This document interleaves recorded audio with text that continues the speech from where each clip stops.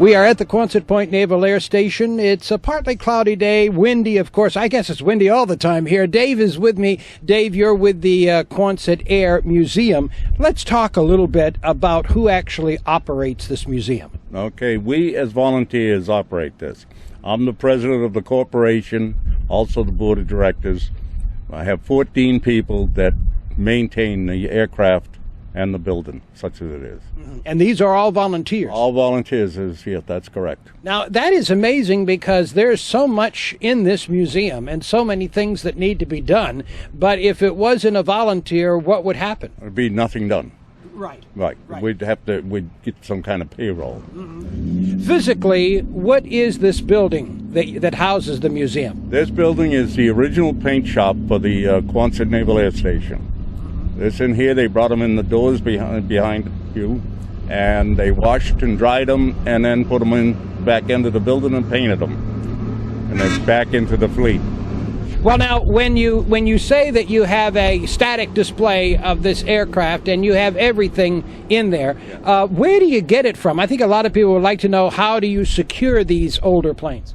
The older planes are military vintage, such as the one we're standing is an Army. This was turned over to us when they got through no longer flyable. So they turned it over to us for static display.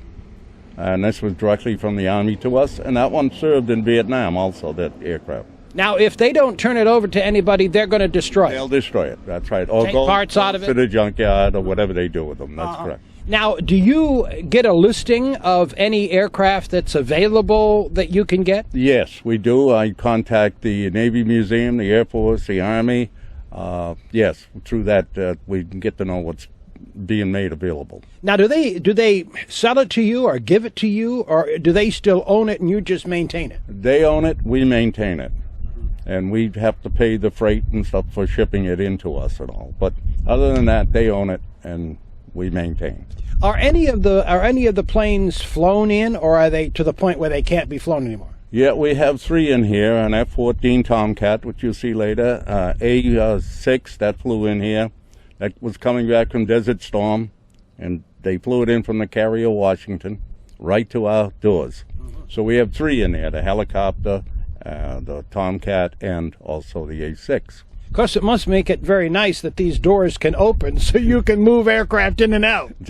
It's getting harder and harder to slide them, but yeah, it does. Now, we should point out too that these aircraft are a lot smaller than some of the ones you see nowadays. Well, yeah, the World War II ones are, of course.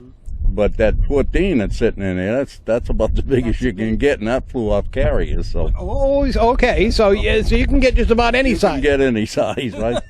Okay, you've got a passion, Dave, for this, or else you wouldn't be doing it. You'd be doing crossword puzzles or golfing. That's correct. Okay, how did you get this passion? Were you a pilot at one time? No. My background was Army Ranger, and I just love history, and I got involved in this for the archives, straightening out the archive.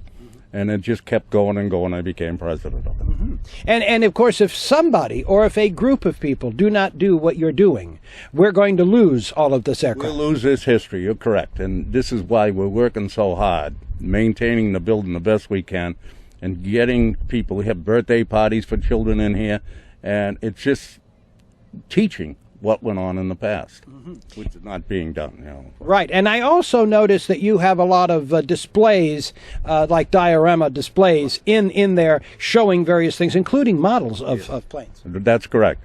And we have that set up from volunteers.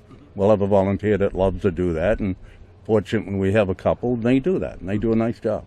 A lot of volunteers were former Navy and Air Force? No, about 50-50. We have former military and also civilian people that never been in the military. It's just a history thing. Let's talk a little bit about Quonset Point, where we are right now, the Quonset Naval Air Station. This is not as thriving as I thought it would. It used to be. It was a tremendous base. They did everything out of here. It just... they just moved on. It got so crowded in here, too.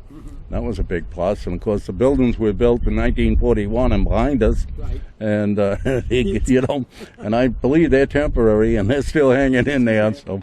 But they did a lot of things here. You had General Dynamics still here. No, in them days when it was a Navy base, it was strictly Navy. Strictly Navy. Those buildings where General Dynamics are in is with the repair facilities and where they put the aircraft together. They shipped the aircraft in here and put them together, and then they trained people here. It was just a busy place. And this was the leading spot for other auxiliary fields. Right. But now we have some facilities here. We have the Air Force National Guard here. We're supporting the troops for Iraq out of here. Right. So there's a squadron of them. We also have, on the other side of the field, we also have the helicopters from the Army.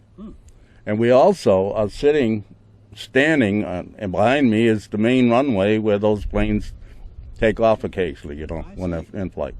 Very good. No training anymore here, though. That you only know. what they do in their own equipment. Right. Yeah. Right. No, I understand. no.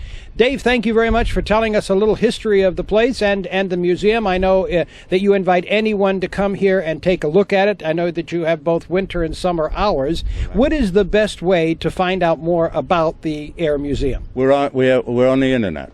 We have a site, and that is about the best way, or telephone in, I set up the parties and birthdays and stuff through my office. Very good. Thank you, Dave. Thank you.